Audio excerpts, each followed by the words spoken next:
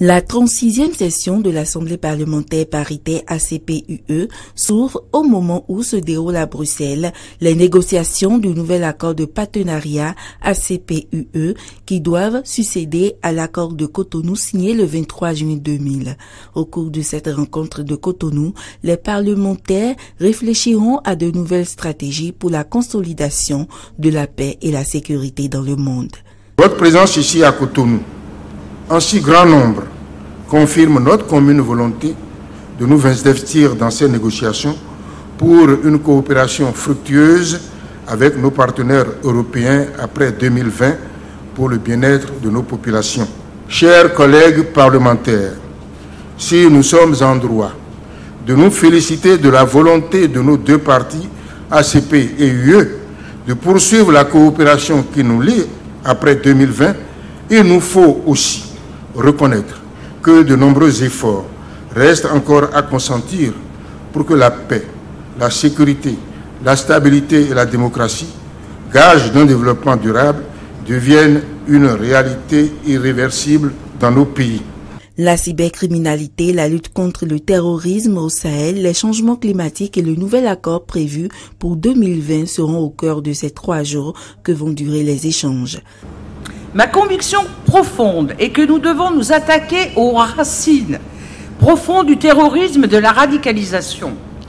Le terrorisme est la conséquence d'interactions entre les facteurs politiques, sécuritaires, économiques, sociaux et environnementaux. Il est lié à la pauvreté, à un faible niveau de gouvernance, à la corruption et au sous-développement. C'est la raison pour laquelle il nous faut adopter une approche plus globale, combinant la gestion et la prévention des crises, le développement économique, le renforcement des capacités des institutions et des efforts de développement et de lutte contre la pauvreté. Procédant à l'ouverture des travaux, le président de la République, Patrice Athanase Guillaume Talon, a exhorté les participants à plus de réalisme et d'innovation pour faire face aux défis qui attendent la coopération. La coopération ACP-UE semble manquer de contenu de plus en plus. Je voudrais solennellement prier les uns et les autres de ne pas simplement dénoncer le populisme, dénoncer les reculs des grands de ce monde par rapport aux problèmes climatiques. Il faut plutôt en prendre acte et voir dans quelle mesure agir pour inverser cette nouvelle tendance. Madame, Monsieur le Co-président. Malgré nos cris, nous constatons chaque année que les peuples élisent à leur tête, et ils ont le droit, des populistes.